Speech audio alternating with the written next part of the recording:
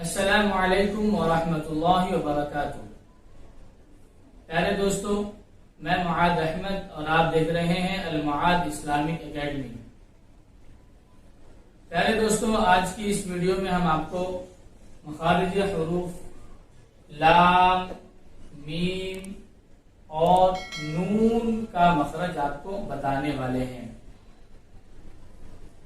आइए शुरू करते हैं।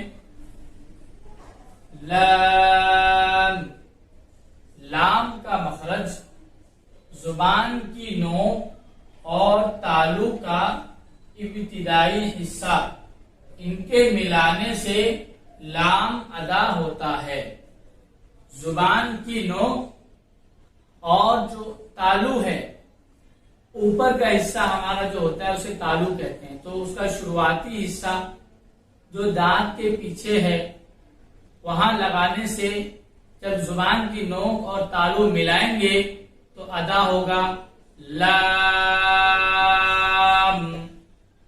लाम, इस तरीके से। मीम का मखरज, मीम का मखरज दोनों होंठों की खुश्की वाला हिस्सा। अब देखिए, हमारे होंठ में दो हिस्से हैं, एक तो तली वाला हिस्सा और एक खुश्की वाला हिस्सा। दोनों होंठों में वही, अंदर तली वाला हिस्सा और बाहर जो है वो खुश्की वाला हिस्सा कहलाता है। तो जो खुश्की वाला हिस्सा है उसे हमें क्या करना है, मिलाना है। एकदम ऐसे नहीं, बल्कि हल्के मीम मीम, इस तरीके से मिलाकर मीम को अदा करना है।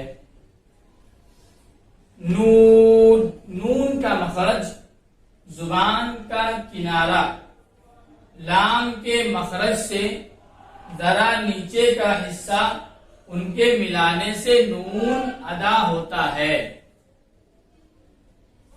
जरा नीचे का हिस्सा उनके मिलाने से नून का, जो जुबान का जो किनारा है वही रहेगा, लेकिन जहां से हमने लाम निकाला था उससे थोड़ा हम क्या करेंगे, पीछे की तरफ जाएंगे। जहां तालु का ढलान शुरू होता है वहां जुबान को लगाएंगे।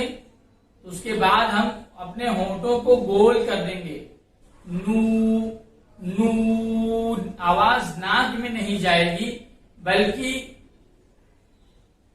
मुंह से आवाज को निकालना है। नून, इस तरीके से अदा करना है। दोस्तों, ये था आज का सबक और आज के लिए इतना ही।